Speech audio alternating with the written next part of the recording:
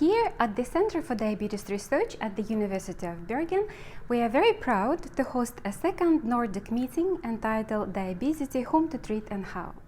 The meeting will be focused on subsegmentation of diabetes into novel subtypes based on the pathophysiology of the disease. And we are very honored to welcome internationally renowned expert in diabetes, Professor José Florez. José is a professor at Harvard, MIT, and MGH, and he will share his views with us. José, we are very excited to have you here. Thank you. It's wonderful. And thank you very much for this very advanced lecture.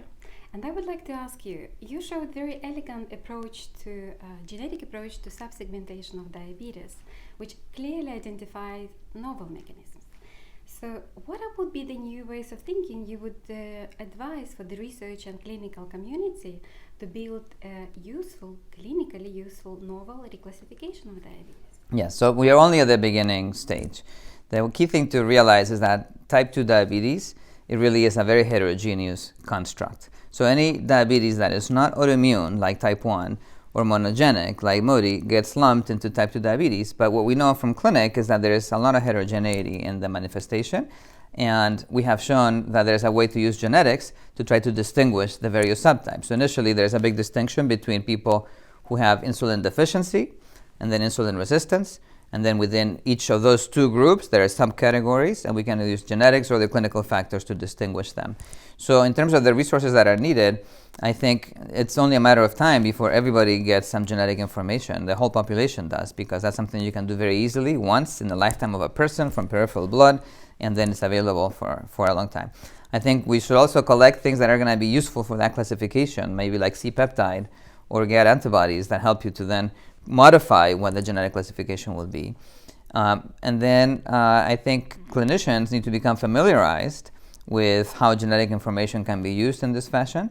And geneticists and investigators need to make it understandable for them and in a way that is easy to implement in the clinic. So it has to be a conversation an effort in both ways. On our part, we need to make it more accessible to the clinicians. The clinicians need to have the effort to realize that this is coming and that we will be able to apply precision medicine in the clinic once all that information is shown to be useful and to improve clinical outcomes. Thank you very much.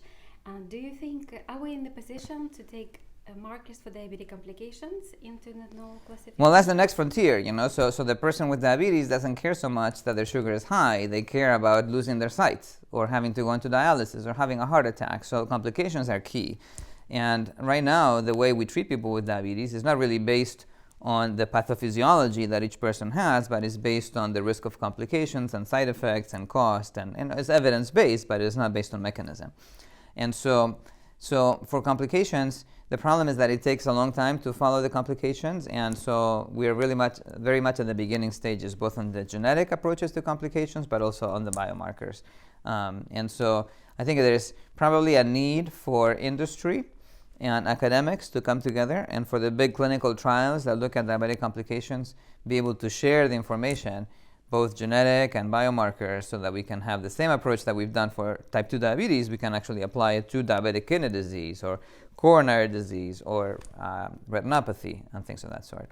Oh, you actually unraveled my next question, which was about what are the missing resources? What do we need to bring this research-based classification to the clinic? Well, there's a number of things. We're only at the beginning of the stages of defining the subtypes.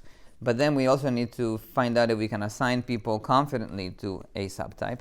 But then we need to show that this thing matters. We need to show that it is clinically significant, that clinical outcomes improve because of the knowledge we have of the subtypes. It could be that they don't, or it could be that we only apply it in a segment of the population, but not the whole population.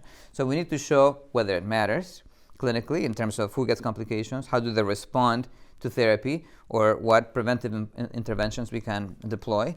And then we need to show that it's cost effective. It could be that it matters, but it is too expensive to do it in everyone. And so we need to make sure that it is cost effective, sustainable, and eventually equitable, that it can be applied across the world and not only in the developed nations.